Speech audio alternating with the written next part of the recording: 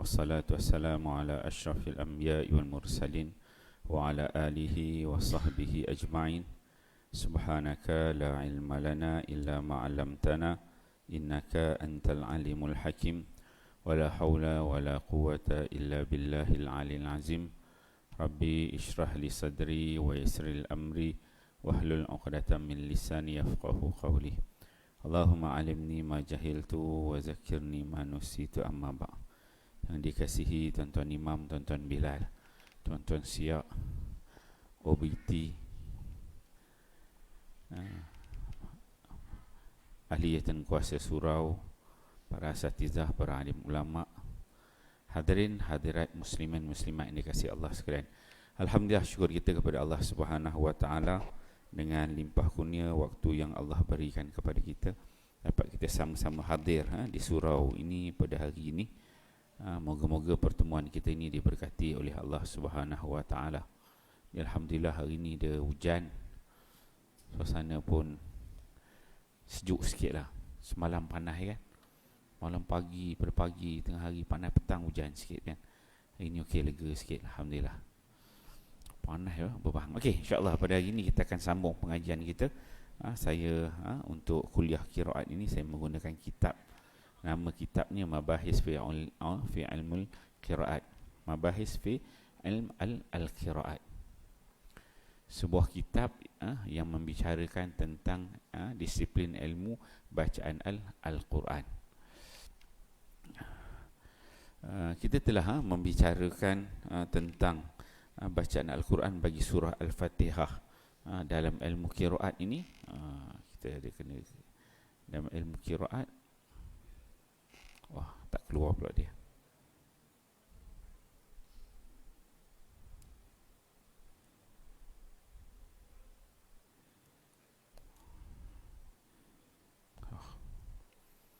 Dalam ilmu qiraat ni pertama perkataan qiraat itu ya. So kalau disebutkan qiraat dia akan merujuk biasanya kita akan merujuk kepada yang namanya qiraat 10 ataupun qiraat 7 ataupun qiraat 3. Ada disebut sebagai qiraat 7, ada disebut qiraat 10, ada disebut qiraat 3. So dia pembahagian dia tu. Qiraat ni setiap kali kita ni kuliah kita kena ingat balik ni. So boleh sebut qiraat ni bentuk-bentuk wajah bacaan. So wajah bacaan biasanya kita akan pecahkan sini, dia akan kepada qiraat disebut 10. Ada 10 yang besar, qiraat 10 besar. Disebut asyarah kubra. Kemudian satu lagi dia akan ada pecah kepada qiraat 10 yang kecil. Disebut asyarah sughra. Kalau qiraat 10 yang kecil ni dia akan merujuk kepada dua. Dia akan pecah kepada dua dekat sini. Satu dia akan merujuk kepada qiraat 7. Qiraat 7, satu lagi qiraat 3. So 7 campur 3 dia jadi 10. So yang dekat 7 ni namanya tarik. Tarik ni jalan. Tarik, tarik. Kalau pergi dengan Arab tu kata tarik dekat Mekah kan. Terus bagi jalan. Ini sebut dengan tarik syatibi. Syatibi, qiraat 7. Kalau qiraat 3 ni disebut sebagai tarik durrah. Okey. So 7 campur 3 jadi 10. 10 tu jadilah qiraat 10 yang kecil. Disebut asyarah sughra. Asyarah sughra, 10 yang kecil. Okey. Kalau qiraat 10 yang besar ni dia akan merujuk kepada satu tarik di jalan. Nama dia tarik tayyibah. Satu je. Apa beza 10 yang kecil ni dan juga 10 yang besar qiraat ni? Qiraat 10 yang kecil ini dia punya susu galuh sanad dia. Orang kata sanad bacaan dia ambil daripada seorang, maksudnya daripada Nabi SAW turun kepada para sahabat, turun kepada tabi'in, ulama terus tu. Jenis sanad dia kalau 10 yang kecil ni dia satu-satu je. Satu seorang, kemudian bawah dia seorang lagi, bawah dia seorang lagi. Katakan ini jalur sanad ni, orang dia satu, bawah dia seorang lagi, seorang lagi. Ni jenis dia kata 10 yang kecil dia punya sanad dia. Kalau kita tanya orang baca qiraat apa, belajar qiraat apa, saya belajar qiraat Tariq Syatibi, dia kata. Kalau Tariq Syatibi tu dia tahu, maksudnya dia belajar qiraat 7. Sanad dia ni satu. Serupa juga Tariq Durrah ni, sama juga. Dia punya sistem sanad dia seorang, bawah dia seorang, bawah dia seorang, bawah dia seorang, gitu. Jadi asyarah 10 kecil tu merujuk, maksudnya sanad dia seorang, dia ambil daripada seorang, bawah dia, bawah seorang. Okey. Kemudian kalau disebut Tariq Taibah ni 10 besar tu, maksud dia sanad dia tu banyak mencapah, banyak sanad dia. Maksudnya daripada seorang tu, saya buat dia punya lakaran sanad dia sebenarnya terlalu besar, tapi saya nak bagi mudah faham. Contohnya seorang daripada A, dia ngajar kan, dia akan ada anak murid dia 1, 2, 3. Ni 1, 2, 3, 3 orang anak murid dia. Contoh macam ni kan. Satu. Kemudian daripada anak murid ni dia akan pecah 1, 2, 3. Okey. Tak semestinya 3, mungkin 4, mungkin 5, mungkin 7, mungkin 2, kan. Yang ni pun dia pecah lagi. Dia pecah. Yang ni mungkin 2 je. Kemudian daripada setiap satu ni dia akan beranak lagi. Beranak lagi. Ini beranak lagi. Jadi yang akhir sekali tentulah dia punya sanad dia tu dia jadi terlalu banyak nak sampai kepada Nabi sallallahu alaihi wasallam. Jadi bila banyak sanad tu, banyak jalur, menyebabkan wajah bacaan dia tu, bentuk bacaan dia tu jadi banyak.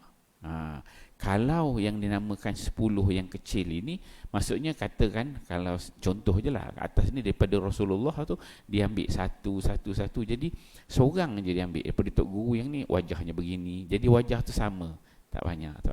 Contoh kita katakan seorang, katakan sahabat ni dia ambil ada 3 wajah bacaan. Mudah saya nak cakap lah. Kita katakan contohnya Ma'arid li Sukun. Ini contoh je, tapi bukan kat Ma'arid li Sukun lah, mudah tuan-tuan nak faham. Kalau nampak tajwid, Ma'arid li Sukun ada 2 harakat, 4 harakat dan juga 6 harakat.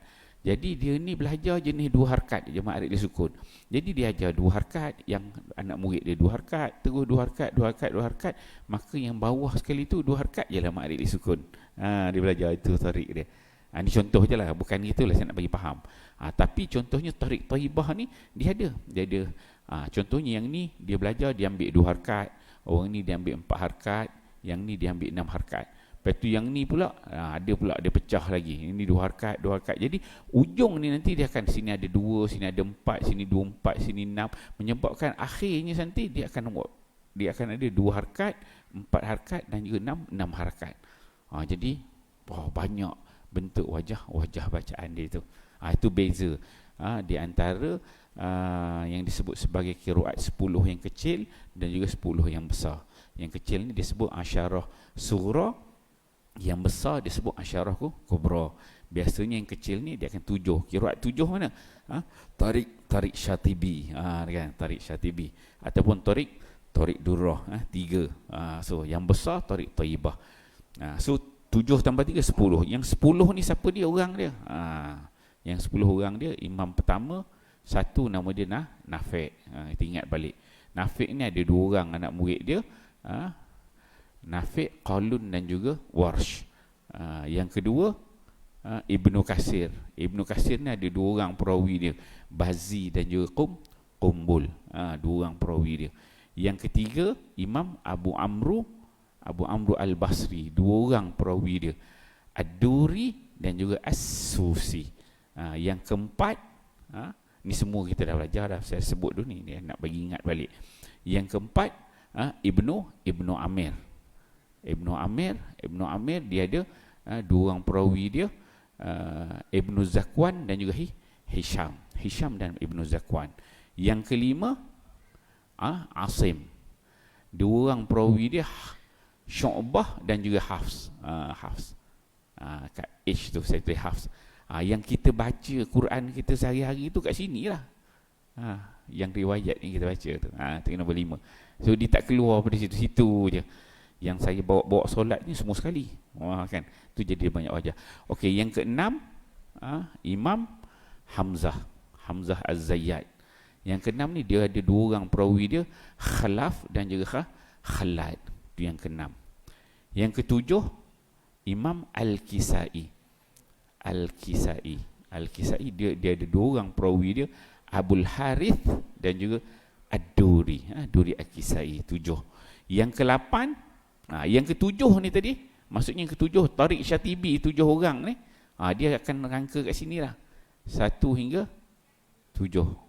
Alright, okey. Kemudian yang ke-8, nama imam dia adalah Imam Abu Ja'far Al-Madani. Abu Ja'far ni ada 2 orang, Abu Ja'far J Ja'far. Ada 2 orang perawi dia, Ibnu Jammas dan juga Ibnu Wardan. Yang ke-8. Yang ke-9, dia ada 2 orang juga perawi dia, yang namanya, yang ke-9 ialah Ya'qub. 2 orang perawi dia, Rauh dan juga Ruwais. Saya selalu bawa bacaan Ruwais, yang ujung dia ada nah tu kat sini lah, Ya'qub. Kan. Kemudian dia ada yang ke-10, Imam Khalaf Ashir. Ni Khalaf Ashir, 2 orang perawi dia, Ishaq dan juga Idris. Ni 10 orang imam. Yang disebut 3 Tariq Durrah ni kat sini 3. 3. So 7 campur 3 jadi 10. Itu dekat Tariq 10 yang kecil. Kalau disebut Tariq Taibah, semua sekali ni dia campur 7 dengan 3 orang yang sama jadi 10 yang besar. So semua ni kita dah baca daripada surah Al-Fatihah. Yang 10 kecil kita dah baca, Tariq Syatibi kita dah baca, Tariq Durrah kita dah baca, surah Fatihah. Kemudian surah Fatihah juga kita dah baca daripada Tariq Taibah. Habis semua yang mutawatir. Yang inilah yang mutawatir. Maksudnya ulama-ulama setuju semua, boleh baca, boleh bawa dalam salat. Kemudian kita terangkan juga kuliah yang lalu-lalu ni, habis yang mutawatir, dia masuk kepada yang syazah. Maksudnya dalam surah Fatihah tu ada bacaan riwayat yang tidak mutawatir, yang mana saya sebutkan untuk menjadikan qiraat ini mutawatir, dia perlu ada syarat dia apa? Dia bertepatan dengan bahasa Arab, bertepatan dengan mazhab Usmani, dan juga sah sanad dia. 3 syarat ni baru nama dia mutawatir. So dia berbeza dengan hadis. Orang ngaji hadis, ilmu hadis, dia ada kaedah hadis nak menentukan mutawatir tu, dia sudut dhabitnya, dia sudut sanad dia, bagaimana, ada kriteria benda-benda yang dia ambil kira. Itu orang ngaji hadis. Tapi kalau orang ngaji Quran, nak tengok mutawatir, dia 3. Ada 3 syarat tu. Bahasa Arab, kena dengan mazhab Usmani. Yang ketiga, sah sanad. Dia tak sebut sini mutawatir sanad, dia sebut sah sanad. Ni Imam Ibnul Jazari pegang. Jumhur ambil pendapat ni. Maka 3 syarat ni kita katakan dia mutawatir. So beza orang ngaji Quran dengan orang ngaji hadis. So 3 syarat ni ada dalam qiraat 10 kecil, 10 besar, ni semua yang kita dah baca surah Fatihah. Kemudian saya terangkan tentang qiraat yang tak menepati 3 ni dalam surah Fatihah. Ada beberapa tempat, ada sekitar 72 tempat yang wajah syazah. Alhamdulillah, alhamdulillah, alhamdulillah. Kan?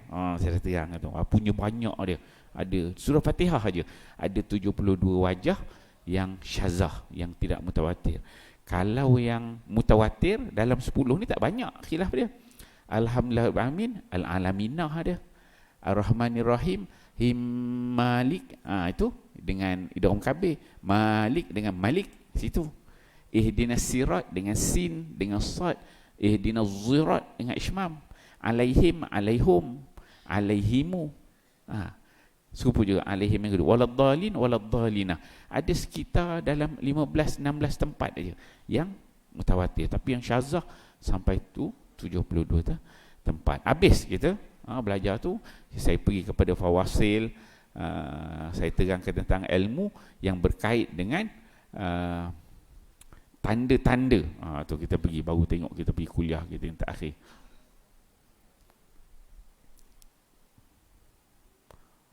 Ni kuliah kita yang terakhir. Habis tentang qiraat tu saya pergi kepada bilangan ayat. Inilah dia masuk nak menentukan bulan yang lalu, 16 bulan lalu kita punya pengajian. Sekarang ni ayat Quran itu dia ada 7 surah Fatihah. So bagaimana nak menentukan 7 tu, tempat-tempat dia? Dia ada ulama yang disebut sebagai ulama fawasil. Ulama fawasil ni ulama yang mengira bilangan ayat-ayat Quran. Dan ulama ni pula dia terbahagi kepada 7. Yang 7 ni lah 1 terus sampai 7 ni semua ni. Yang ulama-ulama ni juga adalah ulama qiraat juga. Cuma dia dilihat dari sudut ilmu fawasil, bagaimana cara nak kira ayat-ayat Quran. Jadi dia ada Madani awal, Madani akhir, Maki, Basri, Dimash, Himsi dan Kufi. Dia pecahkan. Dan mana ulama-ulama, kalau tadi qiraat, wajah bacaan itu dia akan nama Nafi', Ibnu Kasir, Abu Amru, Ibnu Amir. Dia pergi kepada situ. Sekarang ni bila nak kira bilangan ayat ni, dia tak sebut nama imam. Dia akan sebut negeri, negara. Orang Madinah, orang Mekah, orang Basrah, orang Kufah, orang Syam, Hims, Dimas tu sebelah Syam sana. So dia jadi kota, ambil satu kota tu ulama-ulama dia, satu kota ulama-ulama dia. Jadi dia tak nisbah kepada nama orang. Tapi kalau sudut qiraat tadi dia nak nisbah nama orang, sebab dia perlu ada tiga syarat. Dan benda tu kena mutawatir. 3 syarat tu jadi mutawatir dan diambil sampai kepada Nabi sallallahu alaihi wasallam. Ada susu galuh. Tapi dari sudut nak letak wakaf nombor 1, nombor 2 kat mana, yang ni dia ada sifatnya yang tauqifi, ada sifatnya yang ada sanad terus kepada Nabi sallallahu alaihi wasallam, ada yang sahabat ni dia buat ijtihad sendiri berdasarkan kepada kota-kota masing-masing ilmu dia, cara perkiraan dia. Alright. Okey. So ulama tu dalam ulama pengiraan ayat-ayat Quran ni disebut sebagai ulama fawasil. Dia terbahagi kepada 3 bahagian. Daripada 7 tadi dia terbahagi kepada 3 ulama lah. Ni ulama fawasil, ulama adat dia panggil ulama fawasil. Fawasil ni fasilah.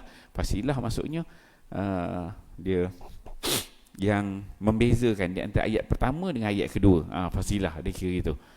Okey.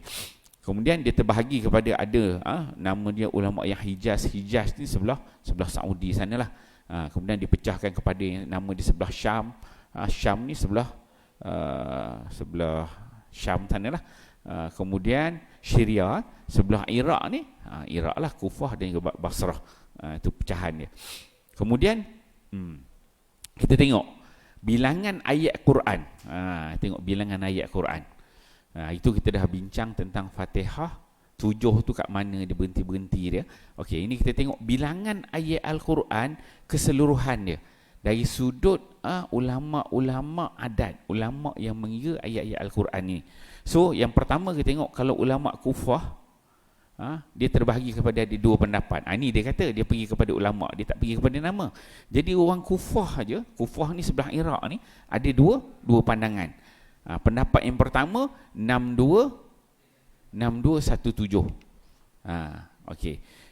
Pendapat yang kedua 6236.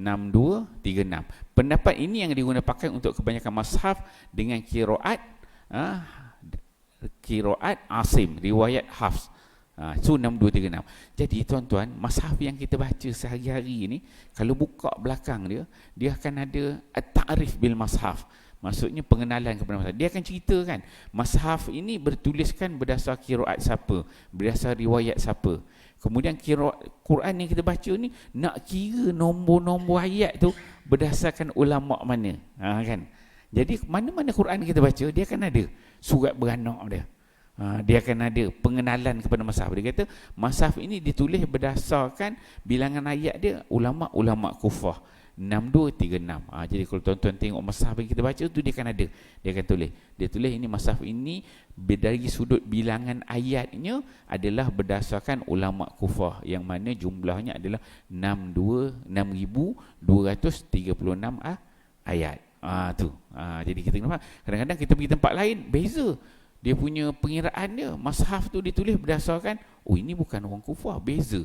Tempat wakaf dia begitu. Siratal ladzina an'amta alaihim, ada pula wakaf dekat situ. Kan? Tu. Maksudnya dia dah tak ambil dah yang kita Quran kita yang biasa. Maksudnya ada ulama, ini bukan orang kufar punya. Mungkin orang Mekah, orang Madinah, tempat yang lain. Okey. Itu yang pertama. Maksudnya yang biasa kita pakai kufar. Kalau macam tadi riwayat Hafs kan yang biasa kita pakai dari sudut bilangan ayat, so kita ambil biasa standard, dia akan letak ulama kufah. Okey. Kemudian dekat yang nombor 2, di sisi ulama Madinah. Madinah ni dia ada kelompok pertama, ada kelompok yang kedua, Madinah awal, Madinah sani.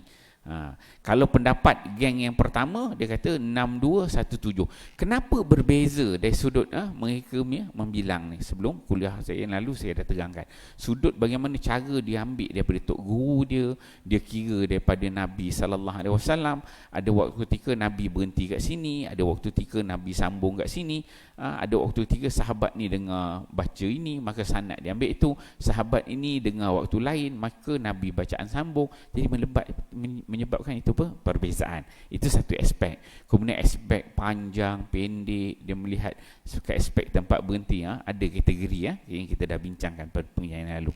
Jadi kita nampak berbeza. 6217, kemudian ada sebut 62114. Kemudian kalau ulama Madinah kelompok yang kedua dia sebut 6214 tadi. Okey, ulama Mekah pula Maki dia 6210. Kemudian kalau ulama Syam, Syami dia ada 3 pendapat. Ada 6226, maksudnya dalam kalangan orang Syam sendiri pun dia ada dari sudut bilangan ayat tu sanad yang berbeza, kaedah pengiraan. Ada kata 6226, 6227, 6232, 6232 ayat. Habis. Okey. Jadi kalau dulu orang belajar, dia sebut bilangan ayat kuat ni berapa? 6. Kita biasa dengar tak? Dulu orang kata, berapa bilangan ayat Quran? 6,666 ayat. 6666 kan? Ini kan dulu. Yang ni, ni yang kata kita kena belajar ni. Yang ni tak ada. Dalam mana-mana riwayat ni tak ada. Ini riwayat yang palsu. Riwayat yang palsu. Kalau orang belajar hadis ni kata ni palsu dah ni. Maksudnya kita nak cari yang 6666 ni tak ada. Tak ada. Carilah mana-mana kitab tak ada. Mungkin wallahu alam, mungkin orang dulu sebab orang dulu dia tak belajar secara khusus disiplin ilmu ni. Jadi dia nak mudahkan orang 6666 gitu kan. Hanya sebut gitu je tapi tak ada sumber mana-mana. Maksudnya 6,000 lebih lah gitu. Tapi bila kita dah belajar betul nak cari mana sebenarnya. Sebab kaedah pengiraan ni, ulama' ni dia kira huruf tu. Huruf, baris, setiap perkataan dia akan kira. Kat mana ada kaedah-kaedah yang ditetapkan. Sebelum ni kita dah bincang kaedah dia. Ni kaedah fawasil. Persamaan ayat sebelum selepas. Ulama' bersepakat dan pengiraan sempurna maksud di akhir satu ayat, ceraian di antara satu kalam dengan satu kalam. Ni kita dah bincang itu. So tak ada, bila tengok 6666 ni tak ada riwayat tersebut. Ini bagi 30 juzuk Al-Quran. Okey. Kita tengok ini saya bagi contoh mushaf Hafs yang kita baca dan juga mushaf Warsh. Belah sini mushaf Hafs ni. Hafs yang belah sini. Sini tengok, dia punya nombor 1 dia kat sini. Bismillahirrahmanirrahim. Nombor 1. Ini Kufi. Ini ulama Kufi ni kan. Bismillahirrahmanirrahim nombor 1 dia kat situ. Kalau Warsh ni, ni riwayat Warsh. Riwayat Warsh ni dia kira dia tak ikut kaedah yang Kufi punya. Jadi tak ada pun nombor kat sini, nampak? Tengok cara tempat dia wakaf tu dah beza dah. Lepas tu dia ada dekat siratal ladzina an'amta alaihim. Kat sini dia ada. Kan? Kan nampak beza tu. Kalau tuan-tuan beli mushaf belah maghribi sana, sebelah Libya yang baca dengan riwayat Warsh, riwayat Qalun, maksudnya Quran dia itu satu riwayatnya berbeza dengan kita. Yang kedua dari sudut pengiraan ayatnya. Ini kita katakan fawasil tadi. Dari sudut pengiraan ayat dia berbeza dengan cara pengiraan kita. Dia punya tempat wakaf pun dah beza. Ini gini lain macam tanda tanda wakaf dia. Dia tak sama. Kalau Warsh ni, kalau belah-belah Maghribi sana, dia menghasilkan, saya sebutkan ada dua ulama disebut sebagai ulama Masyariqah dan juga ulama Maghribah dari sudut tanda, tanda kepada, tengok ni, dia bertanya, tengok nun dia ni, ada titik tak? Alhamdulillah alamin. Nun dia pun tak ada titik. Nun dia pun tak ada. Ar-Rahman, nun dia tak ada titik. Ni, ini dari sudut tanda. Tanda pada huruf-huruf ayat Al-Quran. Resam lain. Resam tulisan yang dinisbahkan kepada resam Osmani, Mushaf Osmani. Yang tu merujuk kepada tulisan yang ditulis pada zaman Sayyidina Osman. Saya bagi contoh gini. Tengok ya, kita tengok. Kalau yang dikatakan resam, kita tengok bismillah kan, saya beri contoh, ba, sin, mim. Ni nama dia resam Osmani. Yang sebut resam Osmani, inilah dia. Bukan Quran yang kita baca tu resam Osmani. Rukat yang kita baca tu resam Osmani juga, tapi itu dah ditambah-tambah. Kalau resam Osmani ni, tak ada baris, tak ada titik. Ni nama dia resam Osmani. Kan? Mari datang, mula dia datang baris. Arab ni dia problem baris dulu, maka dia datang baris bawah. Ni tulisan ni asal dia warna hitam. Tulisan warna hitam. Kemudian dia letak baris warna merah. Arab ni problem baris. Bismillah. Mula-mula ni zaman Muawiyah bin Abi Sufyan. Abul Aswad Ad-Du'ali. Dia punya kerja lah, tanggungjawab dia meletakkan, dia letak macam ni. Sin ni tanda mati tak ada. Kemudian dia letak bismi bagi bawah. Kan? Tapi pada mula tu pun bukan dalam bentuk baris, dia bentuk titik aja warna merah. Tu. Kemudian dia letakkan pula letakkan titik. Kemudian letak pula syakal tanda. Pada zaman Khalil bin Ahmad Al-Farahidi letak tanda mati, letak tanda syadah, tanda sabdu, tanda mat. Okey, itu dari sudut perkembangan tulisan dia. Kemudian dia melahirkan dua mazhab yang besar dalam penandaan huruf-huruf resam Osmani ni. Kalau tengok macam ni, dia melahirkan satu, dia sebut ni mazhab Masyariqah ni Masyariqah. Ini yang Quran yang kita baca tu, dia sudut tanda dia Masyariqah. Nun dia ada titik, ada baris macam ni, kan? Kalau yang sini Maghribah. Maghribah. Maghribah. G-H-A, Maghribah. Kalau Arab dia tulis min ghin alif, Maghribah. Ini Masyariqah. Mim shin alif, Masyariqah. Maghribah. Satu sebelah timur, satu sebelah barat. Ulama tu dia terbagi yang besar lah. Ulama sebelah Masyariqah, sebelah Maghribah. Jadi Quran yang kita pakai, dia ni tanda dia ikut nak letak resam semua sama, resam Osmani. Kalau yang jenis tak ada baris, tak ada titik, dia sama. Tuan-tuan cuba tengok macam Alhamdulillahirabbil alamin, yang ni kalau buang baris, buang titik dengan yang ni buang baris, buang titik, sama tak? Dia sama. Kan? Itu dia kata resam Osmani. Maksudnya sama. Yang mushaf Hafs pun begitu, mushaf riwayat Warsh pun sama. Sama dari sudut apa? Resam dia sama. Yang sebelah sini sama sebelah ini. Yang membezakan apa dia? Baris, titik, kan? Itu bukan resam Osmani. Yang tu namanya dhab. Bukan binatang dhab yang orang beli biawak tu. Dhab ni maksudnya tanda. Dari sudut penandaan ayat-ayat Quran. Dhab dia beza. Dhab tu pula dia, itu daripada dhab tu lah, dia ada dari sudut barisnya, dari sudut titiknya, dari sudut tanda sabdu, tanda mati, nak letak jenis macam mana, rupa bentuknya. Maka dia lahir, yang saya katakan tadi, ada ulama Masyariqah, ada ulama Maghribah. Dia terbagi kepada dua mazhab yang besar. Ada yang di barat, ada timur. Ada juga disebut sebagai ulama Andalus. Kalau ulama Andalus ni dia kecil sikit, di sebelah Andalus ada, tapi dia punya perkembangan dia tu orang tak tengok sangat, tak besar sangat mazhab dia tu kan. Kebanyakannya mazhab dia melihat kepada Masyariqah dan juga Maghribah, yang memang ni ketara dari sudut perbezaan dia. Dan ni kecil-kecil ada, dia disebut sebagai ulama ulmulu, ulama Syam, ulama Madani. Ada yang kecil-kecil dia berbeza-beza. Kenapa benda ni berlaku? Dari sudut penandaan, tanda yang ni dia ijtihad. Sebab tak ada, yang ni tak ada sanad sampai Nabi tu memang tak ada. Sebab penulisan Quran pada zaman Nabi, pada zaman sahabat, dia memang sunyi. Bahasa Arab disebut sunyi. Kita apa ni? Huruf-huruf yang ditulis oleh sahabat, penulis wahyu yang ditulis, dia tulis tanpa ada baris, tanpa ada titik. Yang namanya resam Utsmani, tanpa ada baris, tanpa ada titik.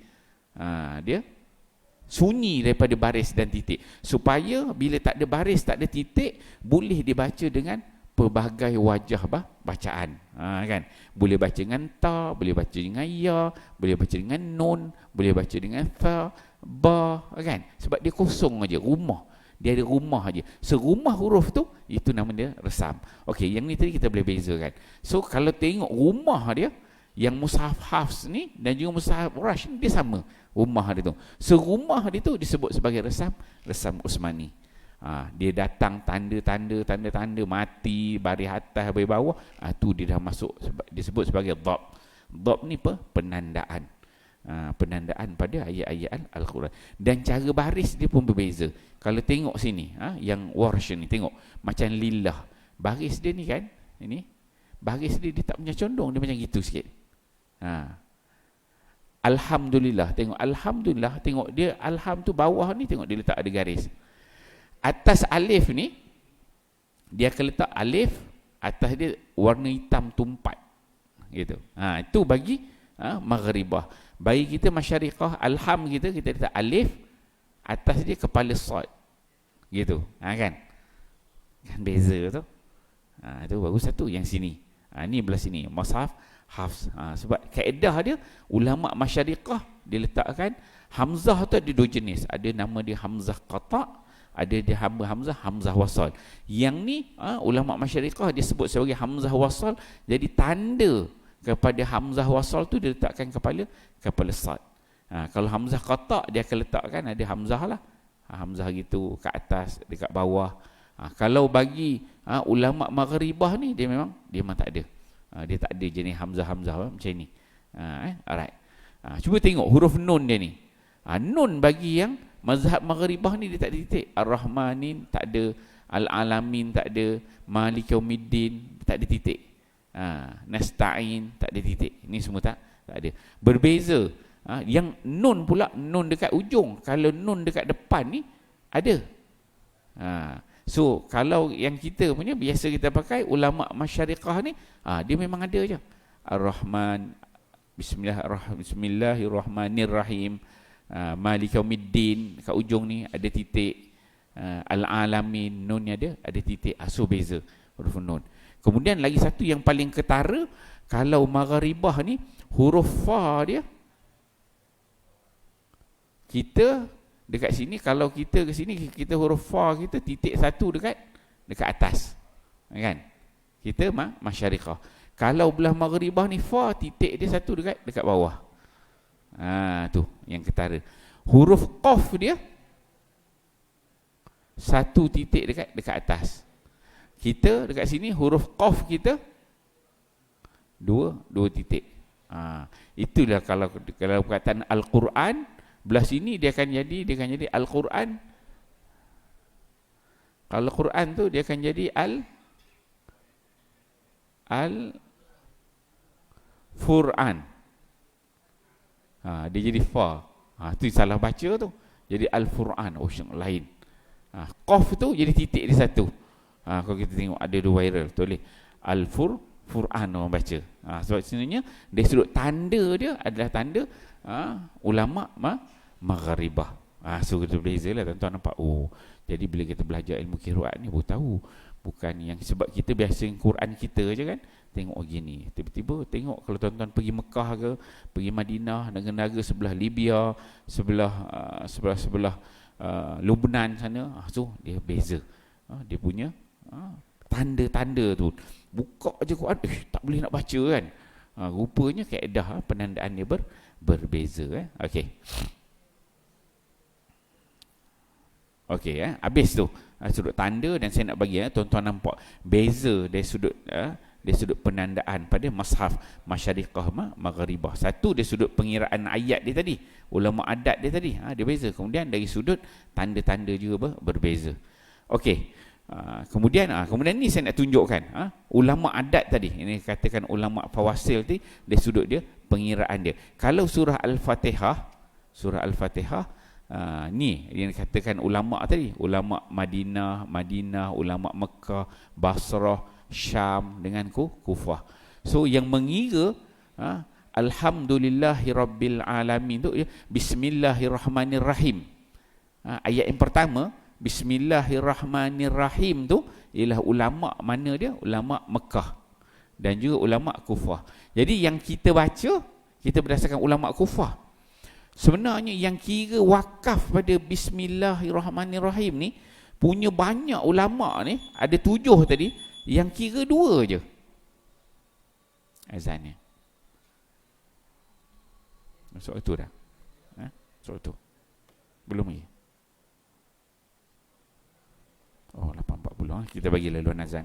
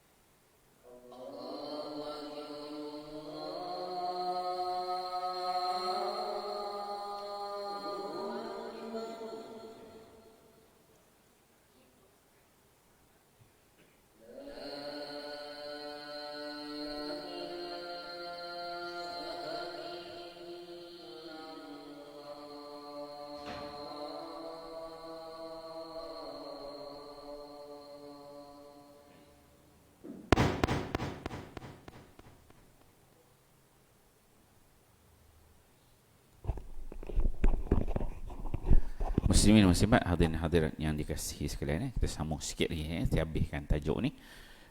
Jadi ulama-ulama yang mengira ayat Quran ini, yang kira Bismillahirrahmanirrahim tu, daripada tujuh ulama-ulama besar, kota-kota besar tu, hanya 2 tempat aja, yang dekat Mekah dan juga dekat Kufah aja yang kira Bismillahirrahmanirrahim tu satu ayat. Yang Madinah tak kira, orang Basrah tak kira, orang Syam, Dimas tak kira. So 4 lagi tak kira, 2 je yang kira dekat situ. Yang besar dia. Bila kita tengok. Jadi itu sebab kalau kita membaca surah Al-Fatihah dalam solat, kita mengira, kita ambil kira Bismillahirrahmanirrahim itu satu ayat daripada surah Al-Fatihah. Kalau mazhab-mazhab lain tu, bila kita tengok kerangka ulama mengira ayat Quran ini berbeza, maksudnya kira Bismillahirrahmanirrahim tu memang sikit je portion dia, lebih kurang dalam 20% saja ulama yang kira Bismillahirrahmanirrahim tu satu ayat. Sebab itu kalau kita tuan-tuan pergi ke Mekah, pergi negara lain, bila solat dia Bismillah tu dia tak baca kuat. Nampak? Ini kita bincang dari sudut ulama qurra. Tapi ulama qurra ni dia memberi kesan kepada ulama fiqh. Bila semayang, dia ulama fiqh, nak semayang orang fiqh lah, nak tukar hukum Fatihah ni. Ulama fiqh ni dia tak reti ilmu-ilmu ni. Dia ni ulama fiqh ni beriman dengan ulama qurra ni lah. Ulama qurra kata ni kena kira ayat, kami belah sini kira ayat. Orang fiqh ni mazhab Syafi'i, mazhab Hambali, Hanafi, Maliki, dia bukan bidang dia. Dia orang ni bidang fiqh. Dia pun dia akan tengoklah, bagi dia okey. Dia kalau orang Madinah, orang Madinah Imam Malik dia kata, kita akan beriman dengan Nafi'. Imam Malik ni punya, dia ulama hadis. Ulama hadis dia, ulama fiqh dia alim. Ulama Darul Hijrah. Tapi apabila sampai bab-bab tentang bacaan Quran ni, dia angkat tangan. Jangan tanya aku. Ini kau pergi tanya Nafi', dia kata. Sebab bidang ni bidang Nafi'. Tu. Ini ulama tu, ulama mazhab tu. Dia kata, ni nak kira ni jangan tanya aku. Bila Imam Malik dia ngajar dekat Masjid Nabawi. Dia ngajar kat Masjid Nabawi, tiba masuk tajuk surah Fatihah. Ada anak murid dia angkat tangan. Tuan guru dia kata, kita nak kira Bismillah ni, nak baca kuat ke nak baca pelan? Kan? Nak kira ayat Quran ke tak kira? Ni dia kata, yang ni kau kena tanya, jangan tanya aku. Dia tanya, kau pergi tanya nama Imam Nafi'. Imam Nafi' ni imam yang pertama lah. Nafi' dari sudut qiraat saya sebut tadi, Imam Nafi' 2 orang perawi dia, Qalun dan juga Warsh. Ni tok guru besar qiraat. Jadi Imam Maliki, Imam Malik ni dia tak bagi jawapan. Dia kata pergi tanya Nafi'. So Nafi' yang terang. Jadi orang Madinah dia tak kira. Nampak ni? Ni orang Madinah dia tak kira. Sebab itu bagi mazhab Maliki, Bismillah tu bukan satu ayat Quran. Lepas itu dia tak perlu baca dengan jahar. Kalau baca kuat pun dia boleh pendapat mengatakan makruh pula. Mazhab Maliki. Kan? Kalau mazhab Hambali, Ahmad pula, dia baca. Tapi dia tak kira tu sebagai ayat Quran.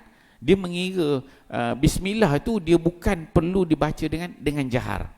Dia kena baca, tapi dia baca dalam sir. So adalah, itu perbahasan ulama fiqh lah menentukan. Kita dari ulama qurra tu, memang banyak yang ramai tu dia tak ada Bismillah, tak ambil kira. Sebab itu kita tengok dia ada baca Bismillah, tak baca Bismillah. Jadi yang baca Bismillah, sebab kita duduk kat Malaysia ni, kita rasa besarlah Bismillah tu kan. Tapi tuan-tuan kau pergi keluar negara, banyak tempat tak baca Bismillah kan. Sebelah Libya sana, Maghribi sana, Tunis sana, dia orang tak baca Bismillah, surah Fatihah. Baca pelan ni semua kan. Tu. Ini penting kita tahu kerangka di sebenarnya. Patutlah rupanya Bismillah ni ada dalam 20-30% je. Orang lain tak kira pun Bismillah. Tu dari sudut ulama-ulama mengira bilangan ayat-ayat Quran. Dan bila begini, ulama-ulama ni bukan setakat dikira gitu. Dia buat pula matan-matan. Syair-syair yang nak membicarakan tentang bilangan ayat-ayat Quran ni, berhenti kat mana, berhenti kat mana. Tu yang satu ni, wa umul Quranil kullu sab'an ya'udduha walakin alaihim awwala yusqitul muthri wa ya'tadu bismillah wal mustaqima kulli wa ma addul ladzina 'ala dzikri. So ulama-ulama ni dia buat matan-matan. Orang belajar ni dia kena hafal matan, tahu. Bila baca matan tu dia tahu yang ni al-muthri, yang ni baca kat sini berhenti sini, ni baca sini ni berhenti sini, ni baca sini, yang ni berhenti sini, yang ni ambil kira, ni tak ambil kira. Dia tahu kerangka disiplin ilmu mengira ayat-ayat Al-Quran itu. Jadi sebenarnya kalau kita belajar betul ni, banyak benda-benda yang kita tak tahu lagi. Okey, saya rasa kita berhenti kat situ dulu, insya-Allah. Nanti kita sambung lagi. Banyak lagi benda-benda sebenarnya yang boleh kita fahami dan kita pelajari dengan baik. Insya-Allah kita sambung pada kuliah kita yang akan datang. Auzubillahi minasyaitanirrajim. Bismillahirrahmanirrahim. Alhamdulillahirabbil alamin wassalatu wassalamu ala asyrafil anbiya'i wal mursalin wa ala alihi washabbihi ajmain. Allahumma ja'al jam'ana hadza jam'an marhuma wa tafarruqana min ba'dihi tafarruqan ma'suma wa la taj'alillahumma fina wa la ma'ana wa la may yattabi'una syaqiyan wa matruda wa la mahruma bi rahmatika ya arhamar rahimin. Rabbana atina fid dunya hasanah wa fil akhirati hasanah wa qina adzabannar. Sallallahu ala sayyidina Muhammad wa ala alihi washabihi wasallam. Walhamdulillahi rabbil alamin. Assalamualaikum warahmatullahi wabarakatuh.